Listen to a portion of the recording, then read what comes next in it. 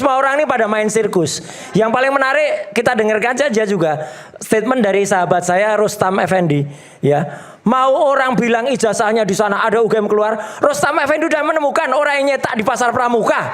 Udah ada, dan nanti orang itu bersaksi di sidang. Di sidang. Iya, udah ada. Jadi bahwa akan ada persidangan itu. Iya. Sampaikan kalau sampai cetaknya dilaporkan ke Baris. Sudah dilaporkan ke Baris. Cetaknya di pasar Pramuka. Ada yang mencetak ijazah yang dipakai Mas Jokowi Aiman, untuk Pilgub itu di pasar Pramuka. Udah, jadi orang-orang ini udah gak ada lagi ngomong, ngapain lagi? Itu disampaikan, gak usah buktikan ijazahnya asli, gak tentu ada. pemirsa akan mencatat. Gak ada yang asli. Dan itu akan ditunggu nanti di persidangan. Oke. Jadi gosip kan nanti gitu loh. Oke, rekan Aiman gini. Oke ya. Bentar Bang, saya minta Ibu Ova di Iya, lagi di Saya yakin mereka belum dengar. Iya, iya. Oke, Ya, Prof. silakan. Ibu Ova suruh ngeliatin, jangan. Oke, rekan Alkatiri, ya kami saling mengisi ya dengan Prof Primanto. Oke, silakan. Begini, jadi tadi disinggung sampai ke Banda Tua. Ya. Nggak salah sih, Apa itu, Mas? Mas Aiman. Statementnya Ova ya? Tapi Bunda Tua itu memang menjudge bahwa ijazah Pak Jokowi tidak ada. Dia menjudge begitu kan. Jangan lupa Bunda Tua itu berselancar di KIP, Komisi Informasi Publik. Kita tahu kalau debat dengan Profesor Dr. Refli Harun ini kan harus harus berisi kata dia kan. Saya coba berisi juga. Jadi kita tahu putusan-putusan lembaga peradilan itu ada 3. Deklaratoir, konstitutif, dan kondemnatoir. Jadi KIP itu adalah sifatnya deklaratoir. Hanya mengumumkan saja, tidak merubah konstitusi dan tidak juga menghukum. Oleh sebab itu, kalau saya komentar tadi bawa-bawa ke Bunda Tua berselancar di tengah. Di tengah dia. Tidak pernah ada putusan KIP yang didapatkan dimenangkan oleh dia menyatakan bahwa ijazah Jokowi itu maaf kata palsu. Nggak ada. Nggak ada kondemnator atau penghukuman seperti itu. Akhirnya mungkin Bunda Tua karena dibawa-bawa nama Bunda Tua, dia kebingungan di mana saya gitu loh. Saya sering bahas itu dengan klien saya respon. Bunda Tua posisinya di mana? Di tengah, nggak ke atas, nggak ke bawah. Jadi saya katakan bahwa tadi dikatakan oleh rekan Alkatiri, rekanku yang baik ini, Bunda Tua menjat ijazah itu tidak ada. Kalau saya katakan langsung to the point aja, ijazah itu ada. Terus bagaimana? Mau dilawan? Sebentar Ya, dulu. saya mau melawan. Sebentar, Prof. Katanya mau dilawan, saya mau melawan. Sebentar. Oke. Argumentasi maksudnya. Oke. Silakan. Artinya begini loh. Justru itu yang saya pancing. Kita arahnya ke pengadilan melawan itu. Kalau tetap berselancar di dunia maya, ya dunia yang tidak jelas, saya kira tidak benar. Dan ini perkara memang sudah sampai di tahap peradilan. Jadi Bunda Tua di bawah-bawah berkata ya nama dia mungkin nggak hadir di sini. Persidangan resmi. Oke, sekarang aku tanggapi lagi rekan Kolkatiri yang baik. Ya, masalah persidangan pokok perkara. Kemarin aku catat kok di sini. Jadi aku rajin mencatat. Persidangan yang mana itu? Rekan Al-Katiri mengatakan tadi ijazah tidak ada pembuktian di pengadilan kan udah minta bukti ke jaksa kan. Ya. Saya mau komen sedikit. Saya bukan mengajari, bukan sok tahu. Kita tahu teori kausaliti. Siapapun boleh menyangkal. Ajas siapa yang mendalilkan wajib membuktikan. Ya. Saya mau kasih tahu sedikit. Semua kemarin menonton persidangan di mana kuasa hukum Tipa itu meminta bukti ke jaksa. Saya pikir dan jaksa menjawabnya secara jelimet luar biasa. Jika Anda ingin bertarung dengan kami, silakan Anda juga tampilkan bukti. Nah, jadi dalam perkara ini, kalau saya terjemahkan secara sederhana, Pak Jokowi melaporkan 30 April di Polda Metro Jaya tentang penistaan dan pencemaran lah begitu. 310311. Sekarang itu dilanjut dengan aduan itu dilanjutkan penyidik sampai kejaksaan sekarang, bahkan sudah didaftar di pengadilan. Artinya jaksa penyidikan sampai kejaksaan pasti sudah mempersiapkan buktinya. Itu hak mereka. Sekarang yang namanya Mas Roy dan Mbak Tipa ini kan juga Oke, karena saya disebut gini, Pak. Saya ingin tanya aja. Bapak pernah jadi pengacara kami, Balai RT? bukan. Enggak, begini. gini, saya tanya dulu, pernah iya. enggak jadi pengacara Balai RT? Pernah? Pernah Dengar kan? dulu Mas Roy, dengar dulu aja. Pernah kan? Saya- Kalau pernah, saya Bapak tahu hanya diskusi. etika advokat enggak? Oh tahu. Lah iya, tahu, saya. Bapak tidak boleh melawan kami selaku klien melawan. Bapak yang lama. Itu Ini ada melanggar melawan, etik. terserah. Ini melanggar Mau- etik nih orang mau ini. melawan, tidak Ini melawan, orang terserah nggak Mas boleh Roy. ini. Ini melanggar etik Melawan nih. tidak melawan terserah Mas Roy. Up to you. Oh, nggak boleh kok terserah saya. Enggak lah. Hei, Hanya organisasinya saya- ini harus disangsi nih. Saya mau Coba saya minta sampaikan saja. advokat, pendapat advokat saya minta. Enggak, melawan itu kan di pengadilan. Saya Pak. hanya menyampaikan Coba saja. ini Mas Man, Gawin. Man, Iya, iya. ini kan kita Saya bicara melanggar ini. rasionalitas. Ini melanggar Belum selesai, Ini belum pernah selesai. menjadi advokatnya Mas Roy. Oke, iya. Tentu ada dengerin. hubungan klien dan advokat, ada rahasia dan lain sebagainya yang sebenarnya tidak bisa diumbar ke publik, misalnya Oke. strategi dan lain sebagainya. Oke. Ya. Ketika kemudian dia berhadapan dan kemudian menyerang Mas Roy, itu melanggar kode etik advokat. Dengerin itu. Saya tambahkan, yang menyebarkan Dr. KTP Refli saya Harun. bukannya pengacara. Kalau soal menyerang, Yang memberikan KTP saya kepada Pak Roy, filenya bukannya pengacara. Ini ngomong KTP bukan soal KTP. Bukan, ini lain maksudnya lagi. begini. Ini jager kita. Saya nggak usah ngomong dulu, kamu Karena nggak itu ngerti akan kamu. saya laporkan. Nggak ngerti kamu udah. Itu Siapa aja. yang menyebarkan itu? Sebentar. Kalau soal Beres. serang menyerang, Karena pada saat itu ya. saya memberikan file KTP, kalau nggak salah kedua tempat pertama Taka dan Balai RRT. Dan ini akan diinvestigasi. Ya, silakan. Akan saya laporkan. Siapa? Jadi kalau tadi dibilang kode etik pengacara. Kamu itu siapa? Zombie udah mati, udah nggak usah lagi, udah. Udah. Taruh Pak dulu, Zakir aja Mas Roy. jawab. Nggak apa-apa, Udah nggak usah, nggak usah Kenapa dianggap. sih motong-motong Pak Roy? Nggak usah dianggap. Oke. Udah nggak usah dianggap, ini juga Loh, motong. Anda, Ini juga Anda motong. punya Udah. acara ini. Oke, Kalau soal silakan. serang- Bung Jamal lagi, silakan. Kalau soal serang menyerang, Nggak, soal etika kalau tadi. saya pinjam istilahnya, from beginning sudah nyerang menyerang. Jadi kalau soal menyerang di advokat Mas Roy dari awal. Begitu Rismon ini keluar dari grup itulah, katakan saya nggak sebut, sudah dimaki-maki, pembelot lah. Kalau klien Ini kan segala beda, macam. klien tuh Ya, klien itu udah. prinsipal. Dengar. Advokat itu yang punya kode etik, Saya bukan sampaikan. klien. Gimana sih? Ini orang Sampaikan. ini udah tua nggak ngerti Termasuk lagi. Aduh, parah saya, ini. termasuk saya disebut adalah pengacara yang jam terbangnya minim. Apa itu tidak pemaki-makian ke saya? Rismon Ya minim atau enggak? dikatakan menjerumuskan. Jadi, nah Tua konteksnya itu tadi, pasti, dewasa itu adalah pilihan. Ya, profesional itu pilihan. Oke. Jam terbang maksimal Nggak, tapi minim itu bukan pertanyaan tadi, ukuran soal tua etika dan muda. Seperti apa? Tadi kalau memang benar, saya kan nggak tahu etika pengacara. Silakan. wah itu banyak lah. Lah iyalah udah melanggar pengacara lah. yang ada di kita Ini siapa? banyak advokat, kita pindah-pindah Ya. pendapat ya, advokat tuh. Pengacara yang ada di kita Pas siapa? tuh ada salah satu advokat saya, Gafur itu. Ya. Coba lihat. Pengacara Nanti di kita siapa? Contohnya Taufik dari Solo. Kan mengatakan bahwa saya menjurus pengacara Rismon, bahwa saya pengacara yang tidak tahu aturan dan minim jam terbang. Itu kan penghinaan juga. Siapa yang menghina duluan?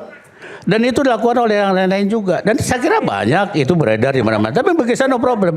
Kalau tadi hubungkan ke kode etik advokat tadi, ya silahkan saja, adukan saja. Oh, ya. Yang Ada saya tadi jalurnya. persoalkan Oke. adalah begini loh. Saya boleh komen dong, karena kita kesini kan diundang untuk pembuktian autentikasi itu. Tapi dibawa kemana-mana, boleh saya komentar biar kembali ke fokus.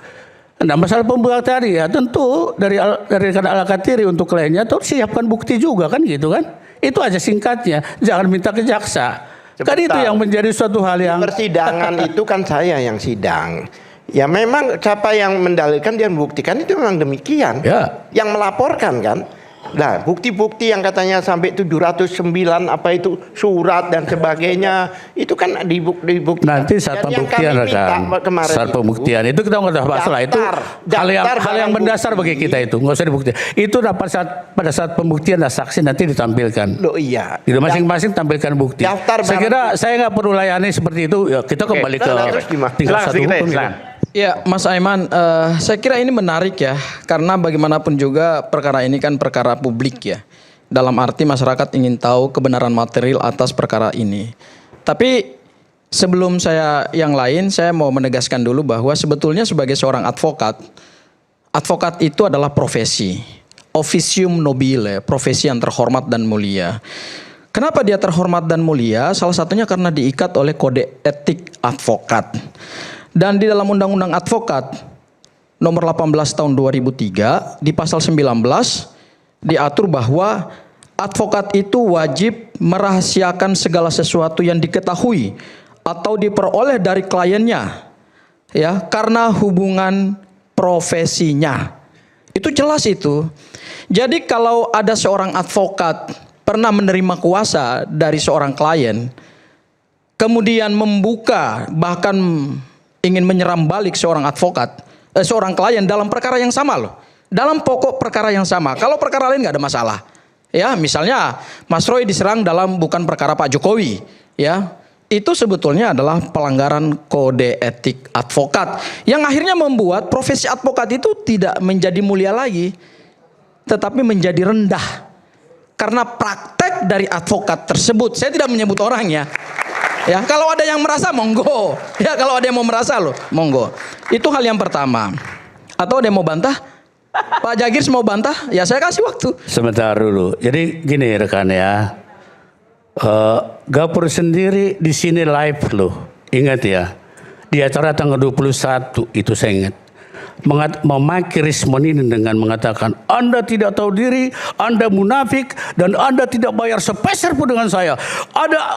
Saya yang menyertai. Siapa yang menyertai, bro? Itu fakta. Terus, yang tidak bisa dibantah. Saya tidak menyerang RJ-nya.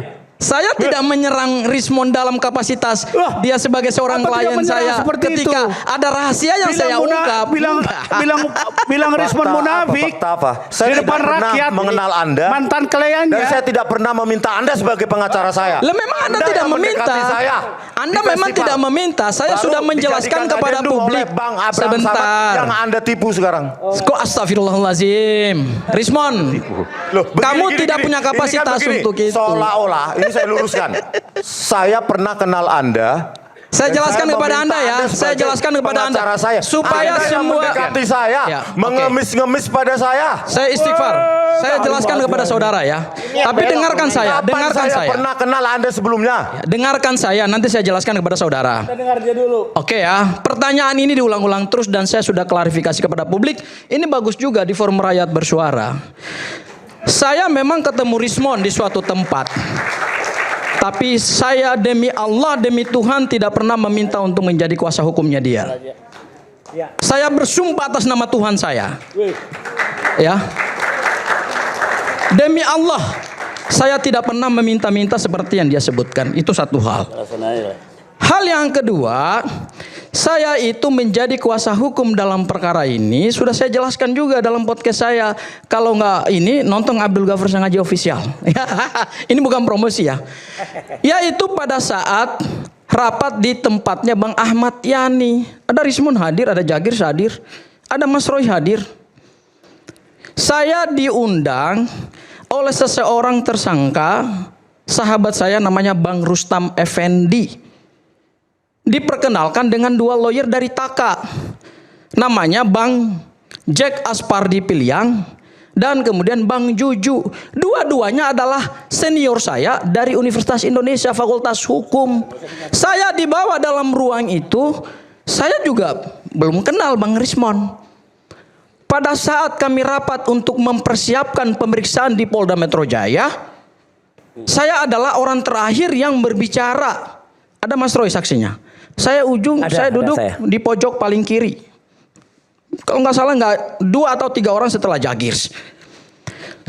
Saya adalah orang terakhir yang memberikan pandangan dan saat itu Bang AS karena salah satu yang dilaporkan, termasuk juga ada Bang Ahmad Gozinuddin bertanya, ini Adinda yang hadir ini siapa? Dijawablah oleh Bang Juju dan Bang Jack Aspardi Pilihan, itu junior kami Bang, alumni UI juga. Setelah mereka menyelesaikan pembicaraan itu, saya diberikan kesempatan untuk berbicara terakhir. Ini fakta. Bisa ditanyakan langsung kepada Bang Abraham Samad. Saya menyampaikan pendapat hukum saya, hanya 2 hal yang saya sampaikan.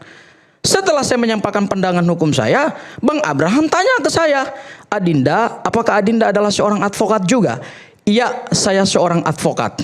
Saat itu juga perintah Bang Abraham Samad kepada Bang Ahmad Kozinudin adalah masukkan Adinda Abdul Ghafur Sengaji sebagai tim kuasa hukum. Dan saat itu juga saya tanda tangan surat kuasa. Ada Jagir jadi saksi. Saya tidak pernah minta lewat Rismon. Itu fakta yang tidak bisa dibantah. Oke, jadi saya tidak mau memperpanjang itu, clear ya. Jadi kalau Rismon mengatakan saya mengemis ke dia, mohon maaf. Mohon maaf. Ya, saya bersumpah atas nama Tuhan saya, atas nama iman saya, atas nama agama saya tidak pernah meminta kepada saudara Rismon bahwa kemudian saya menjadi tim kuasa hukum yang ditunjuk oleh Bang Abraham Samad dan dimasukkan dalam surat kuasa karena mereka ini semuanya adalah prinsipal. Saat itu Rismon bergabung dengan Mas Roy, bergabung dengan Abraham Samad. Semua yang dilaporkan itu belum tersangka loh. Masih statusnya terlapor. Itu semua adalah klien daripada tim Taka. Sehingga siapapun yang direkrut oleh tim Taka otomatis menjadi kuasa hukum untuk semuanya. Itu clear itu. Ya, oke, saya tidak ingin memperpanjang itu lagi. Saya kira saya udah menjelaskan buat Rismon ya. Kemudian yang berikutnya lagi. Bentar. Intinya saya tidak pernah kenal Anda. Ya kan dan saya tidak udah pernah gini. Tidak pernah meminta Anda sebagai pengacara saya. Udah itu aja. Memang kan Lewat adendum kan. Saya pernah nggak tanda tangan surat kuasa, memberikan surat kuasa kepada Anda? Pernah nggak? Masa saya harus jelaskan Tanda tangan lagi? saya pernah nggak? Saya minta kepada Anda. Gini Bang Rismon. Enggak, saya tanya dulu. Semua Pernah menjadi nggak tanda klien tangan untuk saya, tim Taka. saya berikan kuasa hukum kepada Anda? Tanya Bang Ahmad Kozinudin. Makanya saya tanya, pernah nggak kuasa hukum saya tanda Karena tangan saya kepada hanya Anda? tanda tangan sebagai kuasa hukum. Iya, pernah nggak? Ya Saya tanya kan kasih pada tanda Ahmad tangan. Kozinudin. Nggak Bang Ahmad pernah Kozinudin. kan? Loh kok nggak tahu? Anda cuma adendum di sana. Tapi Anda Saya tidak pernah memberikan tanda tangan saya untuk memberikan kuasa hukum saya kepada Anda. Jadi jangan bawa nama saya. tapi Anda pada akhirnya kan mengaku juga bahwa kami mendampingi Anda, kan Anda nggak pernah nolak. Oke. Tapi poinnya Jadi kan saya udah selesai sering semua. mendampingi Bang Rismon juga gitu loh. Ini saya juga nggak ngerti Ya. pentingnya Tapi apa di menurut sini. saya sebenarnya kita tidak perlu membicarakan itu. Itu bukan Oke, sesuatu yang kita kembali substantif. saat lagi, kita akan lakukan pembuktian selepas jeda pada segmen 4 ini. Kita akan mulai nanti, sesaat lagi.